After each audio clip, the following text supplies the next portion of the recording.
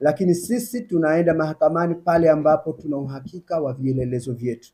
Tulivyo navyo vinatosha kujenga kesi zetu, lakini vielelezo vingi vinatakiwa vitoke tume wenyewe, kwa sababu inavyoonyesha mchakato mzima uliharibiwa huko tume, na sehemu ya vielelezo ni huko kutoka tume wenyewe. Lakini ni kuhakikisheni tu kwamba pale tunapofungua kesi ni kwamba tumejiridhisha kwamba tunavyo vielelezo, na nadhani hapa si pahala pake kukutajieni vielelezo vya kila jimbo.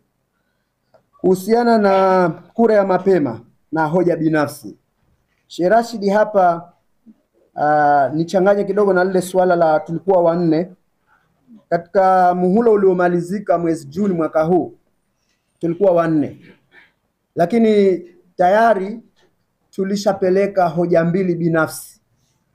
Sisi zinazohusiana na kura ya mapema tulipeleka hoja inayohusiana na kuanzishwa kwa sheria ya bajeti, kwa sababu katika nchi za Afrika Mashariki ni Zanzibar peke yake ambayo bado haina sheria ya bajeti. Tumepeleka hoja binafsi kwa sababu serikali ilikuwa haitaki kuileta sheria ya bajeti.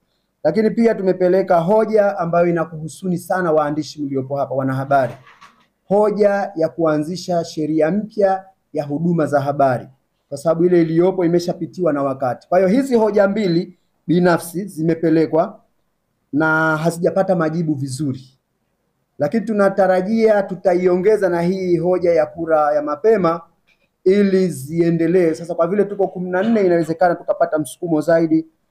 Wasiwasi wangu ni kwamba kanuni zetu za baraza zimebadilishwa kidogo, kwamba hoja unaoipeleka ya binafsi lazima ipate ridhaa kutoka kwa utawala wa baraza, ambao ni moja katika udhaifu wa kanuni hii naweza kusema. Lakini sisi kama wawakilishi 14 tuna wenzetu ndani ya Chama cha Mapinduzi ambao hizi hoja ikiwemo hii hoja ya kura ya mapema wanaiunga mkono kwamba iondoke.